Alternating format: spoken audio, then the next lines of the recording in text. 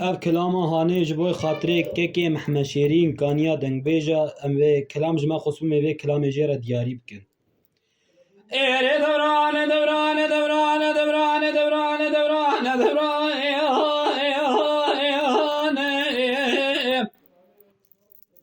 حیران مگویم چه بجلو چه مورا تقینی دار ما شعین مالگیا ویلا قیزان مکلا جنبیا والله جوري اوار ما خالق ربي عالم الجيري مجاد شكلا دجل قدي رابع عدوي حسني ببابي سليما ايهاني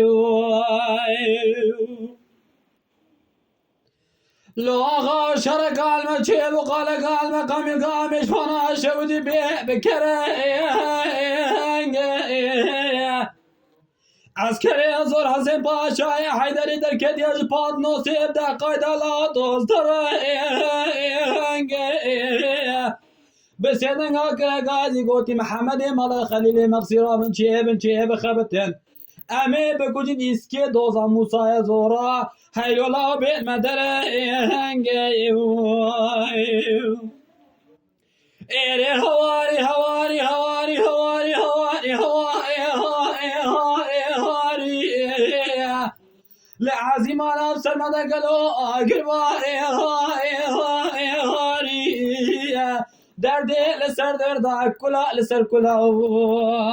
آرازور حسين باشا يا حيدري عدوي حسني بابا رسما بيبوني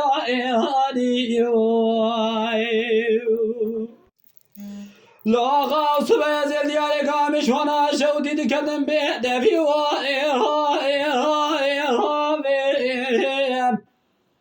عسكري زور حسين باشا يا حيدري دركن جبات نصيب دا قايدة دوز درنگا خداتا بس يدنگا كرغازي قو محمد مال خليل مقصيرا بن شيب خبتن امي بكوجن اسكي دوزا موسى زورا بجنازي وما قولا جخولا بنا تيراتا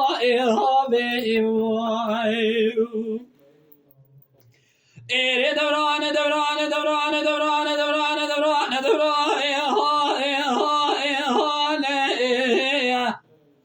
قالي برام قام چمجلو چمورا تقيني دار ما شعيني مالك يا ويلا قيزان بكالو جنبيا حيرارا بالجوري ما هورا ما خالق ربي عالم الجيري عدوي حسن مجاتشي كلا دشتي ببابي سليما اما شوانان هجا جکرم خوره ببن اندامن خانالمه